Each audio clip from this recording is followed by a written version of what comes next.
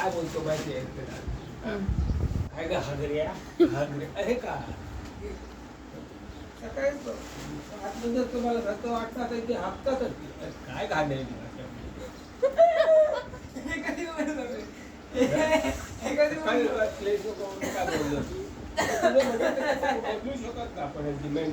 मग जनरेशनच्या ह्याच्यामुळे ते हे झालेलं आहे.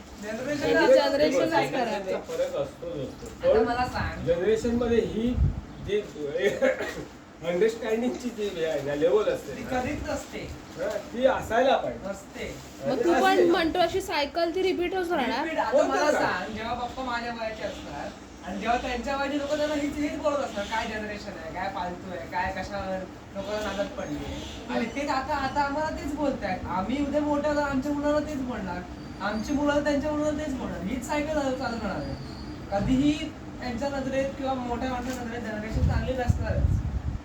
ते प्रत्येक गोष्ट जनरेशनलाच ब्लेम देणार, प्रत्येक गोष्टीला. समजलं आता समजलं. एक व्यक्ती ज्यावेळेस त्याला असं जनरेशन नंतर विचारशील ना आणि जर ती निगेटिव्ह असेल की घाणेरडच बोलत आहे म्हणजे असं म्हणणार नाही म्हणून बोलणार. दुसरी व्यक्ती जी आहे ना ती म्हणणार हा फरक असणार आहे. त्याच्यात फरक त्यांनी समजायला पाहिजे, यांनी समजायला पाहिजे काय एक दुसऱ्याला समजून घेणं आणि दोघांनाही मान्य असतं. हा म्हणतो मान्यच नसणार असं असतं का? मान्य नसणार असं असतं. तुम्ही पण बोलता ना मी कसा मी बघ कसा आता मी कसा म्हणजे अनुभव आतापर्यंत घेतला तर तुला सांगतो मी बदलत राहतो त्याला मेंटॅलिटी माझी.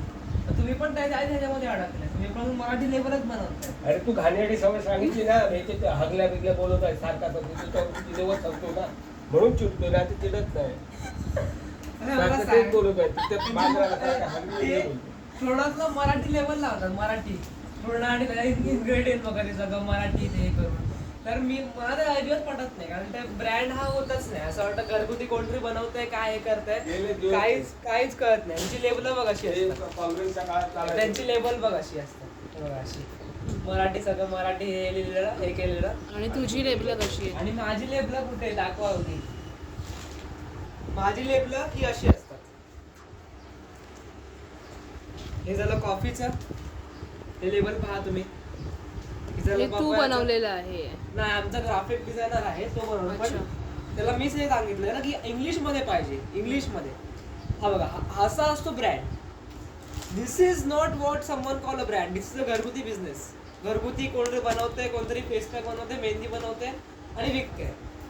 घरगुती बनवून किती दिवस चालणार आहे? हे म्हातारे लोक घेतील, म्हातारी लोक जे असतात 50-60 वयाचे, त्या लोकांना हेच चालतं.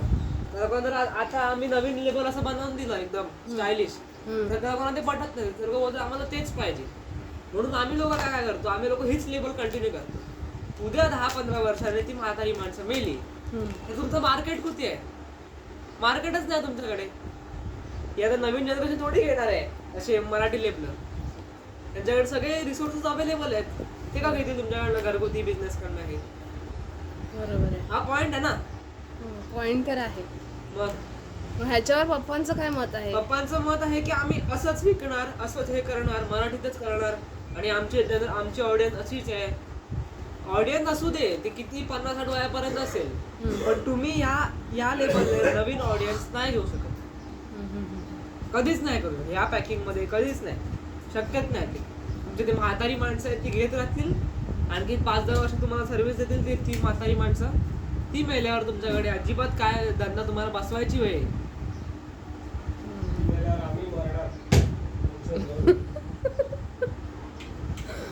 सो असा सीन आहे एकंदरीत.